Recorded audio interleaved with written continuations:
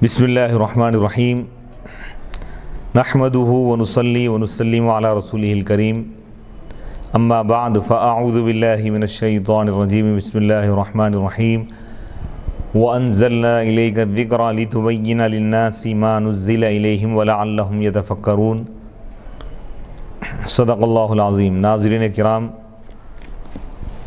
جامعہ انواریہ کے زیر اہتمام بخاری شریف کا سلسلے وار درس جاری و ساری ہے، اور یہ سید کائنات خاتون جنت شہزادی رسول حضرت سیدتنا فاطمۃ الزہرا رضی اللہ تعالی عنہا کی یاد میں اور مولانا سید محمد عبدالقدیر حسینی نورانی پاشا صاحب رحمہ اللہ رحمۃ اللہ علیہ کی یاد میں اس کار خیر کو انجام دیا جا رہا ہے، اور سلسلے وار درس جاری ہے۔ کتاب العلم، علم کا بیان۔ امام بخاری رحمۃ اللہ علیہ نے کتاب العلم کو کتاب الوضوء اور کتاب الصلاۃ و دیگر کتب پر مقدم کیا، پہلے بیان کیا، کیونکہ ان سب کا جاننا علم پر موقوف ہے، اور کتاب العلم کو کتاب الایمان سے مؤخر رکھا، یعنی کتاب العلم کو کتاب الایمان کے بعد بیان فرمایا، کیونکہ ایمان انہی چیزوں پر ہوتا ہے جو وحی سے معلوم ہوئی۔ علم جہل کی ضد ہے۔ علم کے معنی ہے جاننا، یعنی ذہن میں کسی چیز کا منکشف ہو جانا، متکلمین کے نزدیک علم کی تعریف یہ ہے کہ یہ صفت جس شخص کے ساتھ قائم ہو، اس کے نزدیک ذکر کردہ چیز منکشف ہو جائے۔ فلاسفہ حالت ادراکیہ کو علم کہتے ہیں۔ علم ادراک الکلیات کے ساتھ خاص ہے، اور معرفت ادراک الجزئیات کے ساتھ خاص ہے۔ عقل سے جو چیز معلوم ہو اس کو علم کہتے ہیں، اور حواس سے جو چیز معلوم ہو اس کو شعور کہتے ہیں۔ حصول علم کے 3 ذرائع ہیں: خبر صادق، سچی خبر، حواس سے سلیمہ، اور عقل۔ باب فضل العلم، علم کی فضیلت کا بیان۔ وقول اللہ تعالی، اور اللہ تعالیٰ کے اس ارشاد کا بیان ہے: یرفع اللہ الذین آمنوا منکم والذین اوتوا العلم درجات واللہ بما تعملون خبیر۔ وقولہ عز وجل رب زدنی علما، اور اللہ تعالیٰ کا یہ ارشاد ہے، سورہ مجادلہ آیت نمبر 11۔ اللہ تعالیٰ تم میں سے جو ایمان لا چکے ہیں ان کو اللہ تعالیٰ بلندی عطا فرماتا ہے، اور وہ لوگ جن کو علم عطا کیا گیا ہے ان کو کئی درجات بلندی عطا فرماتا ہے۔ اور جو کچھ تم عمل کرتے ہو اللہ تعالیٰ اس سے باخبر ہے۔ اور اللہ تعالیٰ کا یہ ارشاد ہے: اے نبی آپ فرما دیجئے، اے میرے رب میرے علم کو بڑھا دے، میرے علم میں اضافہ فرما۔ سورہ طٰہٰ آیت نمبر 114۔ امام بخاری نے علم کی فضیلت پر استدلال کرنے کے سلسلے میں صرف ان 2 آیتوں سے استدلال کیا ہے، 2 آیتیں پیش کی ہیں، اور علم کی فضیلت میں احادیث کا ذکر نہیں کیا، حالانکہ علم کی فضیلت میں بہت سی احادیث مروی ہے۔ اس کی وجہ یہ ہے کہ جو چیز قرآن سے ثابت ہو وہ قوی ترین دلیل ہے۔ باب نمبر 2، باب من سئل علما وهو مشتغل في حديثه فأتم الحديث ثم أجاب السائل۔ یہ بیان ہے اس شخص کا جس سے کسی چیز کے بارے میں پوچھا جائے۔ من سئل، جس شخص سے کسی چیز کے علم کے متعلق سوال کیا گیا اور وہ اپنی گفتگو میں مشغول رہا، اس نے اپنی بات مکمل کی، پھر سائل کے سوال کا جواب دیا۔ اس عنوان کی باب سابق گزرے ہوئے عنوان کے ساتھ مناسبت یہ ہے کہ کسی چیز کے علم کے سوال کا جواب دینا کتاب العلم کے مناسب ہے۔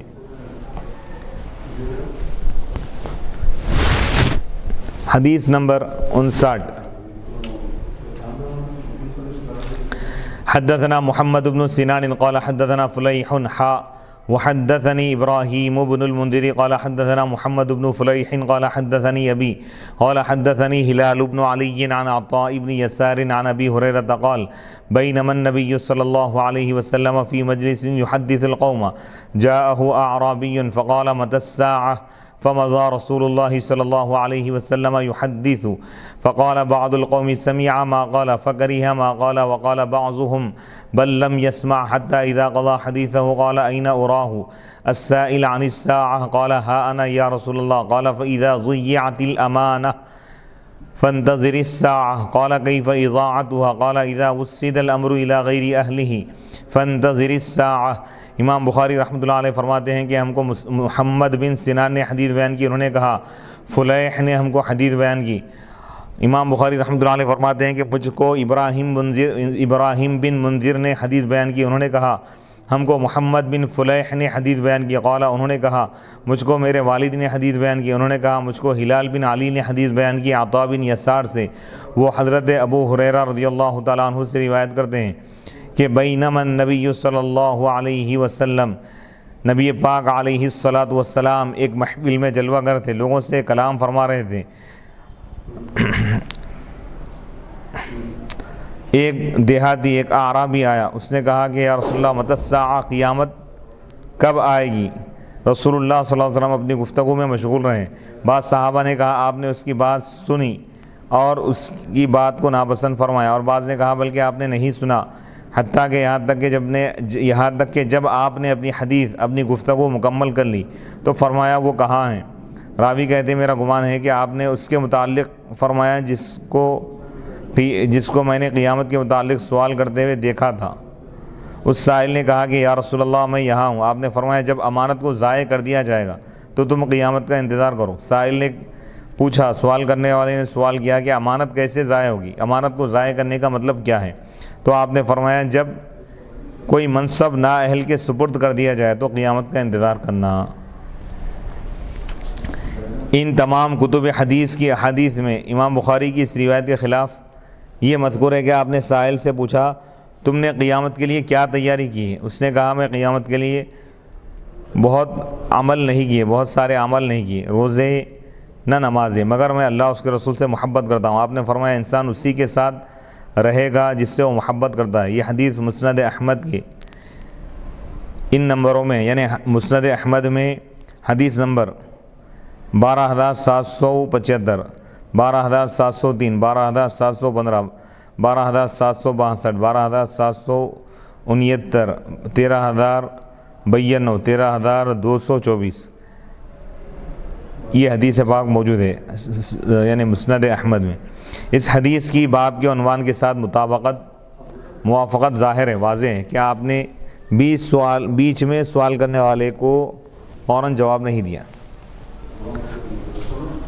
اس حدیث پاک میں جو راوی آئے ہیں ان کا تذکرہ محمد بن سنان الباہلی البصری، ان سے امام بخاری اور امام ابو داود نے روایت کی ہے۔ یحییٰ بن معین نے کہا یہ ثقہ، معتبر اور مأمون ہے، محفوظ ہے۔ یہ 223 ہجری میں وفات پائے۔ فلیح بن سلیمان الخزاعی المدنی، یہ نافع اور دیگر سے روایت کرتے ہیں، ان سے عبداللہ بن وہب بہت روایت کرتے ہیں۔ یحییٰ بن معین نے کہا یہ ضعیف راوی ہیں، ان کی احادیث سے استدلال نہیں کیا جاتا۔ ابو حاتم اور امام نسائی نے کہا یہ قوی نہیں ہے۔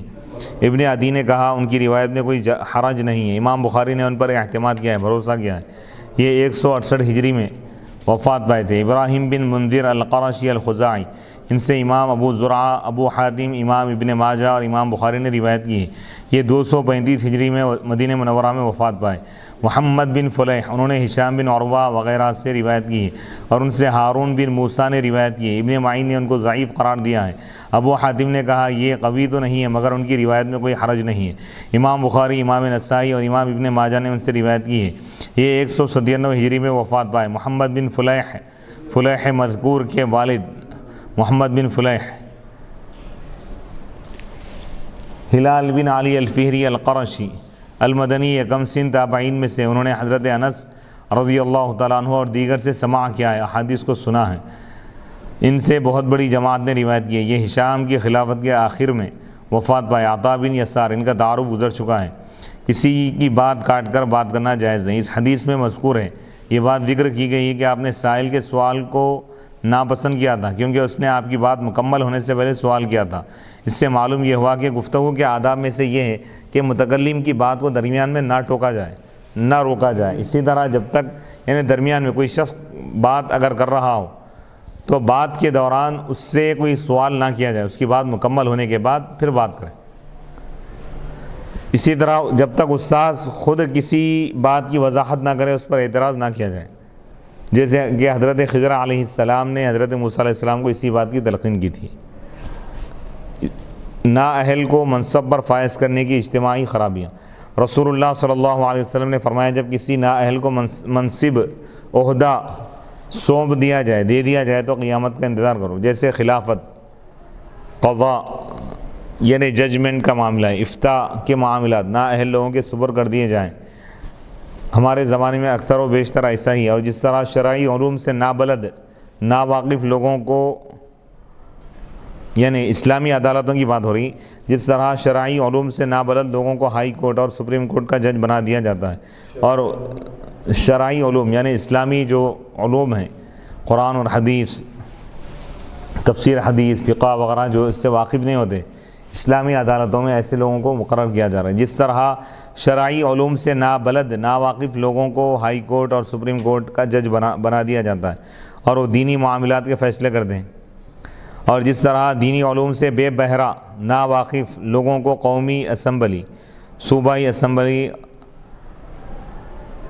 کا رکن بنا دیا جاتا ہے، یعنی جہاں پر اسلامی حکومتیں ہیں، عہدے دیے جانے سے پہلے ان کی دینی صلاحیت کیا ہے، کتنی دینداری ہے، اس کو دیکھنا ضروری ہے۔ جب نااہل کو کوئی عہدہ دے دیا جائے، حضور فرماتے ہیں کہ اسی وقت سے تم قیامت کا انتظار شروع کر دو۔ اللہ اکبر۔ اس اعتراض کے جوابات کے نبی صلی اللہ علیہ وسلم نے دینی سوال کے جواب میں داخل کی۔ اس حدیث میں مذکور ہے، یہ بات بتائی گئی ہے کہ نبی صلی اللہ علیہ وسلم نے سائل کے سوال کا فوراً جواب نہیں دیا، تھوڑی دیر کے بعد دیا۔ اس پر یہ سوال ہوتا ہے کہ اگر کوئی شخص دینی مسئلہ معلوم کرے تو کیا عالم کے لیے جائز ہے کہ وہ جواب میں داخل کرے؟ تو اس کے 3 جواب ہیں۔ ایک یہ ہے کہ وہ سائل فوری جواب کا مستحق نہیں تھا، کیونکہ اس نے کسی شرعی عملی کام کے متعلق سوال نہیں کیا تھا، اس کا سوال وقوع قیامت کے معین وقت کے متعلق تھا، اور اس کو اللہ تعالیٰ نے مخفی رکھا، یعنی قیامت کے واقع ہونے اور آنے کا جو متعین وقت ہے اس کے بارے میں وہ سوال کر رہا تھا، اور اس کو اللہ تعالیٰ نے مخفی رکھا ہے، چھپانے کا حکم دیا اللہ تعالیٰ۔ اور دوسرا جواب یہ ہے کہ ہو سکتا ہے کہ رسول اللہ صلی اللہ علیہ وسلم اس کے جواب سے زیادہ اہم کام میں مشغول ہو، اور جو حدیث سنا رہے ہو وہ اس کے جواب سے زیادہ اہم ہو۔ حضور جو صحابہ اکرام کے سامنے جو حدیث بیان فرما رہے تھے، ان کو جو درس دے رہے تھے، وہ اس سائل کے سوال کے جواب سے زیادہ اہم تھا، یا آپ وحی کا انتظار فرما رہے ہوں۔ اور تیسرا جواب یہ ہے کہ آپ سائل کو اور دیگر صحابہ کو یہ بتانا چاہتے تھے کہ کسی کی بات کاٹنی نہیں چاہیے۔ نبی صلی اللہ علیہ وسلم نے اس سائل کو ڈانٹا اور جھڑکا نہیں، اور اس میں یہ تعلیم ہے کہ طلباء کو پڑھاتے وقت اساتذہ کو شفقت سے کام لینا چاہیے، ان کے ساتھ نرمی اختیار کرنا چاہیے۔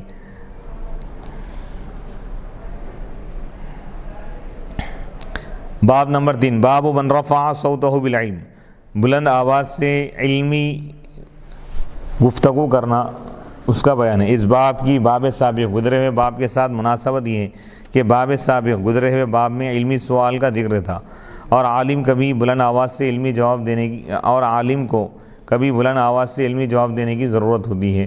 حدیث نمبر 60، حدثنا ابو النعمان عارم بن الفضل قال حدثنا ابو عوانۃ عن ابی بشر عن یوسف بن مالک عن یوسف بن ماہک عن عبد الله بن عمرو قال تخلف عنا النبي صلى الله عليه وسلم في سفرة سافرنا فأدركنا وقد أرهقتنا الصلاة ونحن نتوضأ فجعلنا نمسح على أرجلنا فنادى بأعلى صوته ويل للأعقاب من النار مرتين أو ثلاثا۔ امام بخاری رحمۃ اللہ علیہ فرماتے ہیں کہ ہم کو ابو النعمان نے حدیث بیان کی، ابو النعمان عارم بن فضل نے حدیث بیان کی، انہوں نے کہا ہم کو ابو عوانہ نے حدیث بیان کی، انہوں نے کہا وہ ابو بشر سے، وہ یوسف بن ماہک سے، وہ عبداللہ بن عمرو سے روایت کرتے ہیں، انہوں نے بیان کیا کہ ہم تخلف عن النبی صلی اللہ علیہ وسلم، نبی صلی اللہ علیہ وسلم ہم سے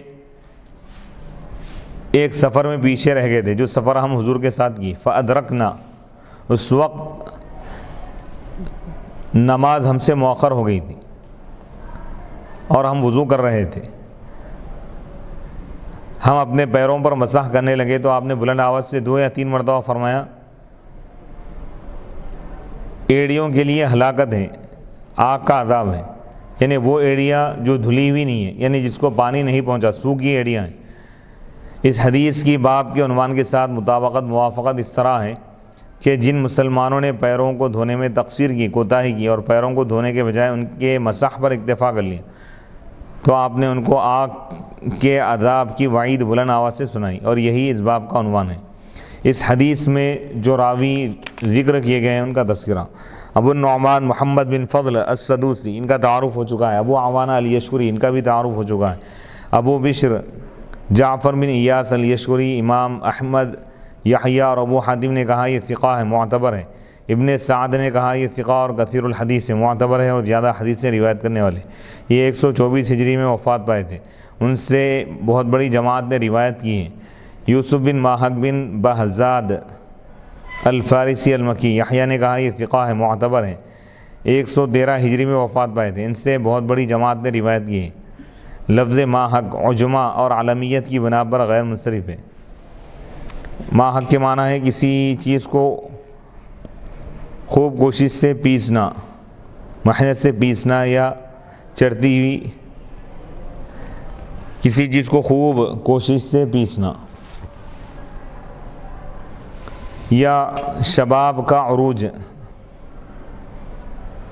حضرت عبداللہ بن عمرو بن عاص، ان کا تعارف بھی گزر چکا۔ اس حدیث کی باب کے عنوان سے مناسبت یہ ہے کہ آپ نے بلند آواز سے مسئلہ بتایا، یعنی اگر کوئی اہم مسئلہ ہے، اہم بات ہے، تو بلند آواز سے بھی کسی کو شرعی مسئلہ بتایا جا سکتا ہے۔ کوئی اگر حکمت کی بات ہے، کسی کو غلطی سے روکنا ہے، کوئی اگر غلط کام کر رہا ہے، یعنی وضو بنانے میں اگر کوئی غلطی کر رہا ہے، تو اونچی آواز سے، بلند آواز سے بھی ان کو اس غلطی سے آگاہ کیا جا سکتا ہے، علمی بات بتائی جا سکتی ہے۔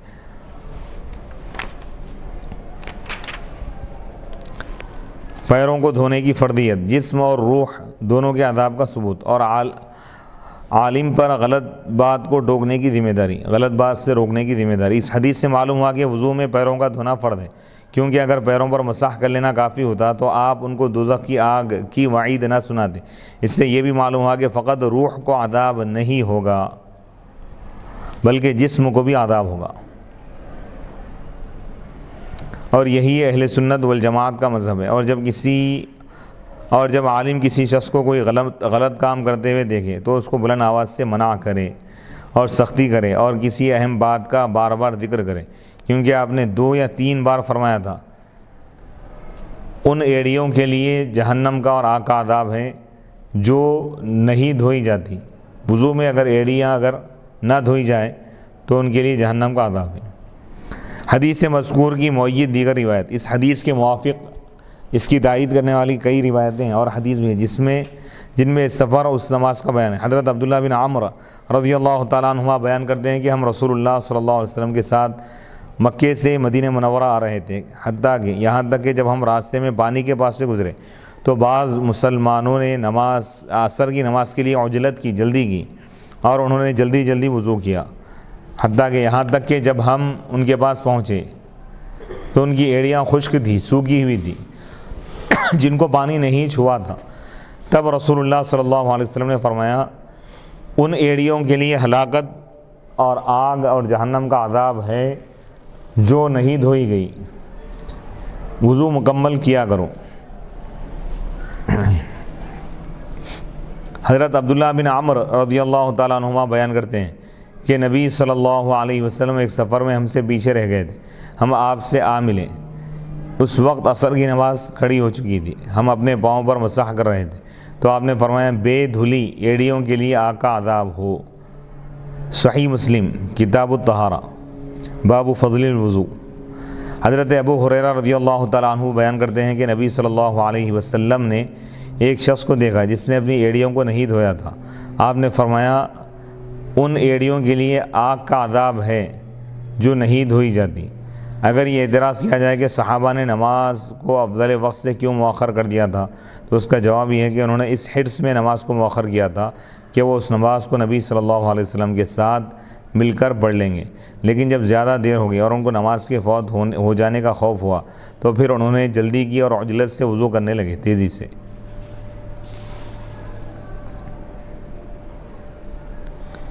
باب قول المحدث حدثنا او اخبرنا او وانبانا، باب نمبر 4، محدث کا یہ کہنا حدثنا یا اخبرنا اور انبانا، اس باب کو کتاب العلم میں وارد لانے کی وجہ یہ ہے کہ امام بخاری یہ تنبیہ کرنا چاہتے ہیں کہ انہوں نے اپنی کتاب میں ان احادیث کو روایت کیا ہے جو مسندہ یعنی متصل ہے، سند والی ہے، جن کو انہوں نے بغور اپنے اساتذہ سے سنا ہے، کیونکہ انہی کو حدثنا یا اخبرنا یا انبأنا کے صیغے سے ذکر کیا جاتا ہے، اور اس وجہ سے بھی کہ محدث کے لیے ان الفاظ کی لغوی اور اصطلاحی معنی جاننا ضروری ہے۔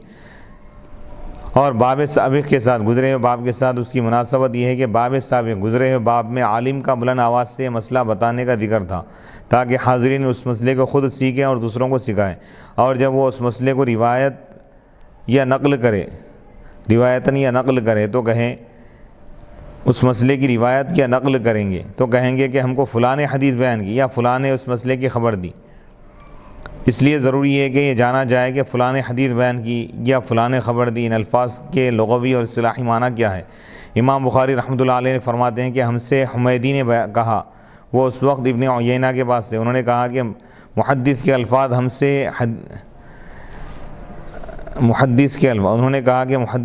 ہیں، ہم سے حدیث بیان کی، ہمیں خبر دی، ہم کو روایت حدیث کی اجازت دی، اور میں نے فلاں سے حدیث لی۔ ان سب سے مراد واحد ایک ہی ہے، حدثنا بولو یا انبأنا یا اخبرنا۔ حدثنا اور اخبرنا اور انبأنا کے لغوی اور اصطلاحی معنی قاضی عیاض بن موسیٰ مالکی رحمۃ اللہ علیہ فرماتے ہیں، جب کوئی شخص اپنے شیخ سے کوئی حدیث سنے تو سننے والا اس حدیث کو نقل کرتے وقت یہ کہہ سکتا ہے حدثنا اخبرنا انبأنا، اور سمعتہ یقول، یعنی میں نے ان کو یہ کہتے ہوئے سنا، اور یہ بھی کہہ سکتا ہے کہ مجھ سے فلاں نے کہا اور مجھ سے فلاں نے ذکر کیا۔ امام طحاوی کا بھی اسی طرف میلان ہے، ابن حاجب نے بھی اسی کو صحیح کہا ہے۔ امام حاکم سے منقول ہے کہ یہی ائمہ اربعہ کا مذہب ہے، اور یہی زہری، یحییٰ قطان اور جماعت محدثین کا مذہب ہے۔ حجازیین اور کوفیین کا بھی یہی مختار ہے، پسندیدہ قول ہے۔ اسی وجہ سے امام بخاری نے اس کو حمیدی اور سفیان بن عیینہ سے نقل کیا ہے۔ دوسرے ائمہ حدیث نے یہ کہا ہے کہ جب شیخ کے سامنے حدیث پڑھی جائے تو یوں کہا جائے حدثنا فلان قراءۃ علیہ و اخبرنا فلان قراءۃ علیہ، اور یہ متکلمین کا مذہب ہے۔ ان کے علاوہ دوسروں نے کہا حدثنا میں اس طرح نہ کہے اور اخبرنا میں اس طرح کہہ سکتا ہے، اور یہی امام شافعی اور ان کے اصحاب اور امام مسلم اور جمہور اہل مشرق کا مذہب ہے، اور ابن جریج، اوزاعی، امام نسائی، ابن وہب اور اکثر محدثین کا مذہب ہے۔ ایک قول یہ ہے کہ عبداللہ بن وہب ہی وہ شخص ہے جنہوں نے سب سے پہلے مصر میں یہ فرق بیان کیا کہ استاد حدیث پڑھے تو حدثنا کہے، اور شاگرد استاد کے سامنے حدیث پڑھے تو اخبرنا کہے۔ پھر یہی مذہب اکثر محدثین میں شائع ہو گیا۔ زیادہ بہتر یہ ہے کہ یہ کہا جائے کہ یہ ان کی اصطلاح ہے تاکہ حدثنا اور اخبرنا میں فرق کیا جا سکے۔ اگر تنہا سنے یا پڑھے تو حدثنی اور اخبرنی کہیں، اور اگر اس کے ساتھ دوسرا بھی شریک ہو تو حدثنا اور اخبرنا کہیں۔ علامہ بدر الدین عینی حنفی رحمۃ اللہ علیہ فرماتے ہیں کہ بعض محدثین نے کہا ہے حدثنا اخبرنا اور انبأنا میں کوئی فرق نہیں ہے، کیونکہ لغوی اعتبار سے اہل علم کے نزدیک ان میں کوئی فرق نہیں ہے، لیکن یہ قول صحیح نہیں ہے کیونکہ ہماری گفتگو اصطلاح کے بارے میں ہے۔ علامہ ابن بطال مالکی نے بھی اسی طرح لکھا ہے اور کہا ہے کہ ابن وہب نے کہا ہے کہ جب استاد حدیث پڑھے تو حدثنا کہے، اور جب استاد کے سامنے شاگرد حدیث پڑھے تو اخبرنا کہے، اخبرنا یا انبأنا کہیں۔ حافظ ابن حجر عسقلانی رحمۃ اللہ علیہ فرماتے ہیں اسی طرح انبأنا اس وقت کہا جاتا ہے جب استاد پڑھے، نہ کہ شاگرد استاد کے سامنے پڑھے، بلکہ استاد نے اس حدیث کی روایت کرنے کی شاگرد کو اجازت دی ہو۔ میرے نزدیک یہ اصطلاح بہت عمدہ ہے کیونکہ اس سے ادائے حدیث کے تینوں صیغوں کا فرق آ گیا۔ دراصل یہ فرق بھی پہلے قاضی عیاض بن موسیٰ مالکی رحمۃ اللہ علیہ نے بیان کیا ہے۔ وہ لکھتے ہیں جمہور کا اس پر اتفاق ہے کہ جب محدث اپنے شیخ یا استاد سے حدیث سنے تو کہے حدثنا اور اخبرنا اور سمعت اور قال لنا اور ذکر لنا، اور قاضی ابو بکر اور دیگر محققین کا مختار پسندیدہ معتبر قول یہ ہے کہ اس میں بھی فرق کریں۔ جب شیخ سے حدیث سنے تو کہے حدثنا، اور جب شیخ کے سامنے حدیث پڑھے تو کہے اخبرنا قراءتن یا قراءتن علیہ یا سمعت یقرأ علیہ، تاکہ حصول حدیث کی انواع میں اختلاط سے ابہام یعنی شک ختم ہو جائے، اس فرق کی اصطلاح متاخرین محدثین نے وضع کی ہے، بیان کی ہے۔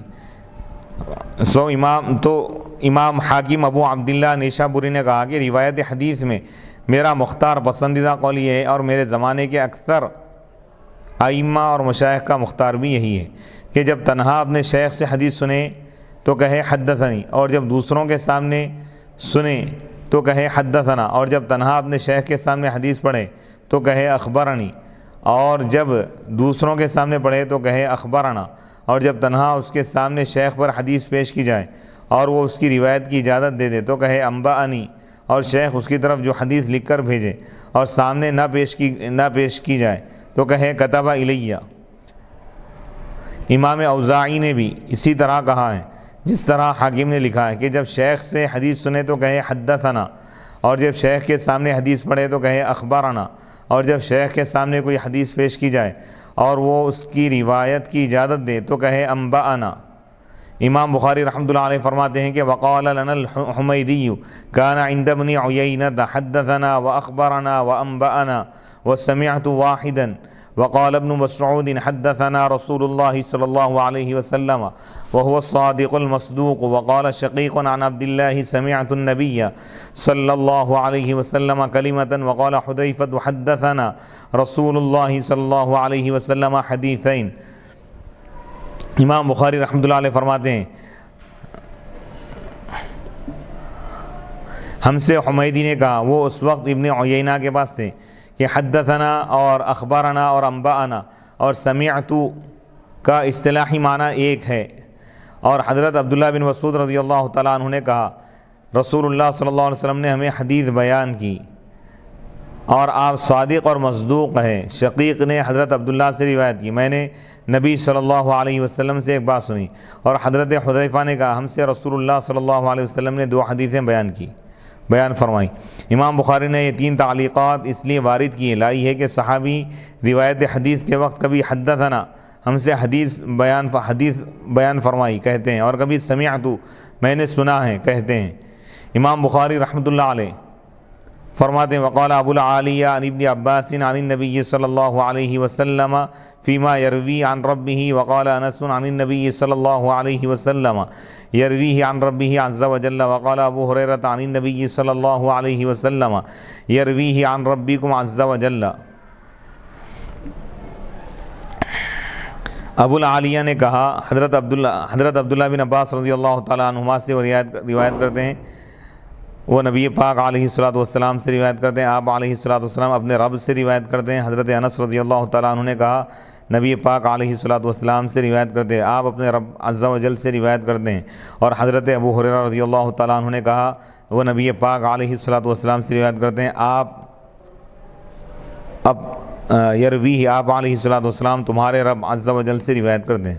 یہ دوسری 3 تعلیقات ہیں جن کو امام بخاری نے اس لیے وارد کیا ہے، لایا ہے کہ عن وہ حدیث جو عن فلان یا عن فلان سے مروی ہو، سے جو حدیث مروی ہو وہ بھی حدیث مسند اور متصل کے حکم میں ہوتی ہے، بشرطے کہ راوی اور مروی عنہ کی ملاقات ثابت ہو، اور یہی امام بخاری کا مذہب ہے۔ اس کے برخلاف امام مسلم اس حدیث کے مسند ہونے کے لیے راوی اور مروی عنہ کا ہم عصر ہونا بھی کافی سمجھتے ہیں، ایک زمانے کے ہونا۔ وصلی اللہ تعالی علی خیر خلقہ سیدنا محمد وعلی آلہ واصحابہ وبارک وسلم اجمعین والحمد للہ رب العالمین۔